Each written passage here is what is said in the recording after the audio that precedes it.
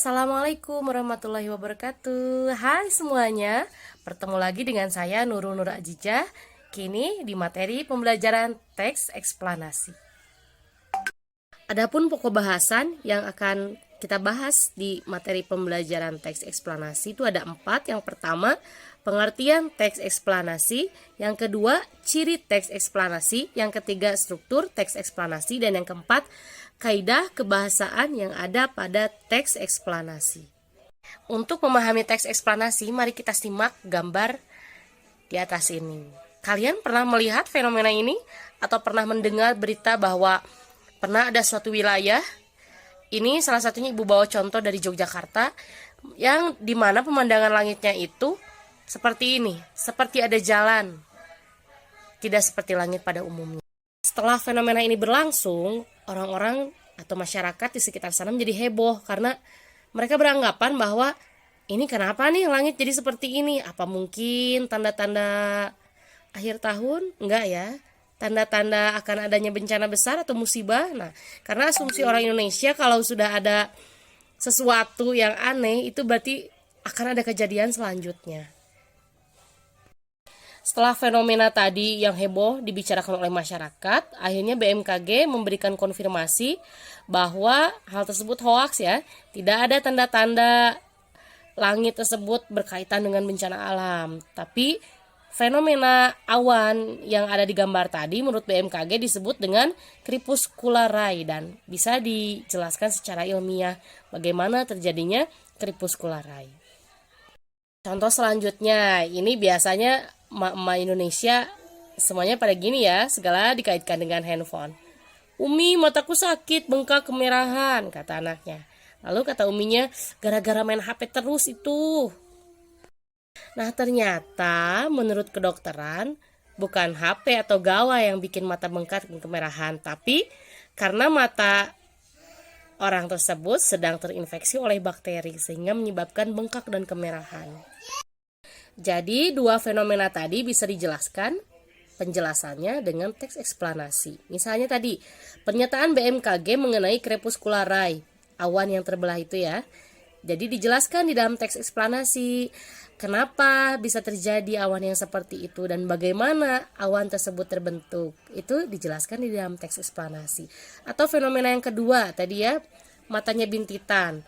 Jadi bisa menjadi penangkal hoax juga teks eksplanasi ini ya, bahwa bukan karena handphone tapi dijelaskan dalam teks eksplanasi bahwa mata bintitan itu terjadi karena adanya infeksi bakteri. Gitu ya.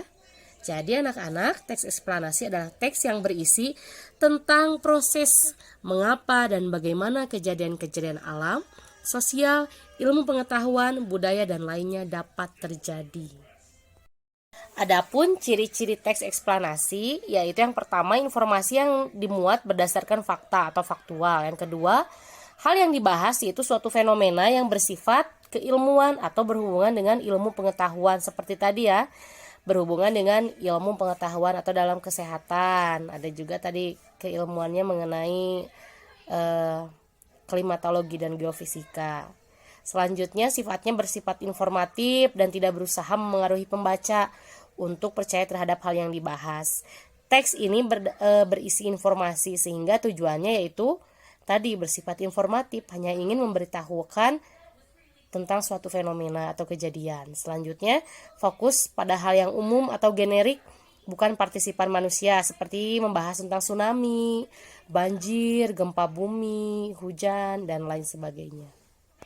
Selanjutnya yaitu struktur teks eksposisi ada 3. Yang pertama identifikasi fenomena, yang kedua rangkaian kejadian, yang ketiga interpretasi. Nah pada bagian pertama dalam teks eksplanasi menjelaskan tentang gambaran umum fenomena atau peristiwa alam yang akan dibahas. Nah biasanya mengangkat tentang proses bagaimana fenomena alam tersebut bisa terjadi. Yang kedua ada rangkaian kejadian di sini. Setelah mengetahui secara umum fenomena yang akan dibahas, pada bagian ini nanti dijelaskan tentang penyebab dan akibat yang ditimbulkan dari fenomena tersebut. Kamu juga bisa melakukan deskripsi dalam beberapa paragraf terkait sebab dan akibatnya. Pada bagian ini juga bisa disebut dengan deretan penjelas. Yang ketiga yaitu interpretasi. Pada bagian ini dapat dikatakan sebagai ulasan atau penarikan kesimpulan. Kamu juga bisa memberikan tanggapan atau pernyataan terkait fenomena yang diangkat dalam teks tersebut. Selanjutnya, kaidah kebahasan teks eksposisi ada 5. Yang pertama yaitu menggunakan kata-kata teknis atau istilah ilmiah. Nah, kata-kata teknis atau istilah ilmiah ini biasanya berkaitan dengan suatu bidang tertentu yang sedang dibahas.